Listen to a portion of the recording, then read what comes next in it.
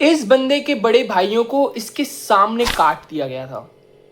इसके खुद के देश ने आखिरी वक्त पे इसके साथ गद्दारी कर दी और जिन दुश्मनों को मारने के लिए इसने अपनी पूरी जिंदगी आग में झोंक दी, उन्हीं दुश्मनों ने इसे जहर खाने पर मजबूर कर दिया। ये थे जनरल हैनिबल बाका।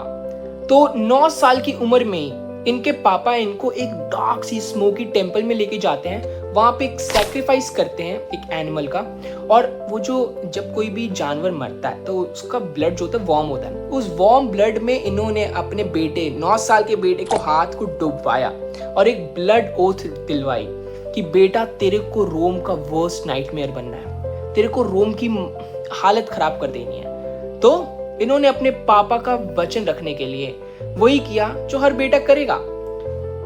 26 की उम्र में ये जनरल बने और लेके चल दिए 50,000 लोगों की आर्मी सीधा रोम पे। बैटलफील्ड पहुंचने से पहले ही 25,000 लोगों की डेथ हो गई। बट फिर भी हैनिबल रुका नहीं। अगले 15 साल तक इन लोगों ने रोमन एम्पायर के सोल्जर्स को इतना मारा, इतना पेला, मतलब कि खूनम खान मचा दिया हर जगह। एक दिन में खुद की टैक्टिकल जीनियस से एक दिन में 70,000 सोल्जर्स तक को मारा था इन लोगों ने। समझो, 25,000 की कैपेसिटी बच गई थी इन लोगों की, 70,000 लोगों को एक दिन में ठोका। रोम के दरवाजे यहां थे और हैनिबल खड़ा था यहाँ पे। प्राइस उसके सामने था। बट फिर कुछ ऐसा होता है जो तुम बिलीव नहीं करोगे। फिर आता है द ग्रेटेस्ट बिट्रेयल। अब एक चीज याद रखना कि हैनिबल का जो होम टाउन था वो था कार्थेज में। तो अब यहाँ पे इन लोगों ने इतना ज्यादा खूनम खान मचा दिया था हैनिबल वालों ने, और इनके सामने ही था, रोम यहीं पे था, आराम से कॉन्कर हो जाता। तो हैनिबल ने रीइंफोर्समेंट मांगा, कुछ नए लोग मांगे, थोड़ा खाना मांगा अपनी गवर्नमेंट से, बट गवर्नमेंट कंप्लीट साइलेंस।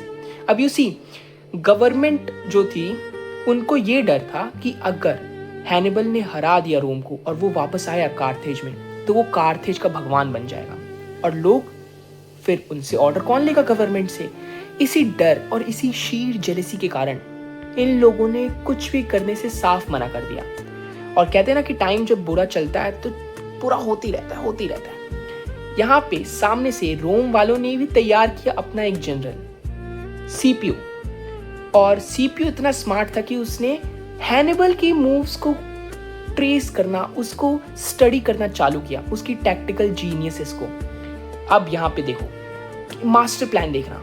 यहाँ पे रोम है और यहाँ पे अपना हैनिबल।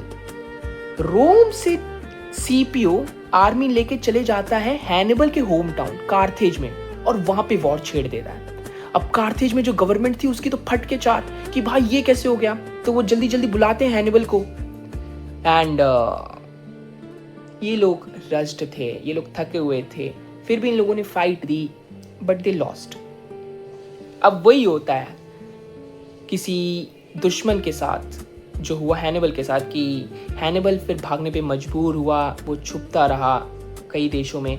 बट 64 की एज में हैनिबल जब अपने घर में था, उस घर को चारों तरफ से रोमन सोल्जर्स ने घेर लिया था, एंड ना चाहते हुए भी हैनिबल को जहर पीकर खुद की जान देनी पड़ी। बट तुम ये सोच रहे होगे ना कि हैनिबल के पापा को क्या दुश्मनी थी रोम से, जिस दुश्मनी के कारण हैनिबल रोम का इतना बड़ा दुश्मन बन गया। Into the last chapter. You see, जो हैनिबल के पापा थे वो कार्थेज के one of the greatest general थे, और इसलिए जब फर्स्ट प्यूनिक वॉर हुआ तो उसमें रोम ने कार्थेज को कुत्ते की मौत मारा। उधर का पूरा इकोसिस्टम तबाह कर दिया था रोम ने। इसी का बदला लेने के लिए हैनिबल के पापा ने एक आजाद हिंद फौज टाइप बनाई। 9 साल की उम्र में जब हैनिबल 9 साल का था तो उसके पापा अपनी फौज के साथ स्पेन जा रहे थे। हैनिबल ने बोला, पापा पापा पापा मैं भी आपके साथ जाऊंगा, मेरे को भी बदला लेना है। तो ऑफ कोर्स वो फिर सैक्रिफाइस वगैरह हुआ। उसके बाद सारी कहानी मैंने आपको बताई। जब हैनिबल 26 का था तब उसके पापा की डेथ हो जाती है, और 26 की उम्र में ही हैनिबल अपने पापा को रिप्लेस करता है और बनता है जनरल। और उसके बाद जो खूनम खान मचाए रोम में वो तो मैंने आपको बताया। बट यू सी, ये सिर्फ एक रिवेंज स्टोरी या फादर सन बॉन्ड इन सब के बारे में नहीं है। ये एक अगली ट्रूथ रिवील करता है हमारे इस वर्ल्ड के बारे में, कि ये कोई गारंटी नहीं है कि तुम जितना भी हार्ड वर्क करो, तुम जितना भी डिसिप्लिन रहो, तुम जितनी भी कंसिस्टेंसी परफॉर्म करो कि तुम सक्सेसफुल हो जाओगे. These things doesn't guarantee you success.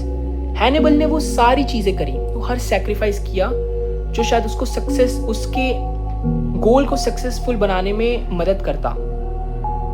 अब उसका जो गोल था वो of course against the humanity तो था, but he was disciplined, he was consistent, he was sacrificial, but still it wasn't enough for him to achieve what he wanted to.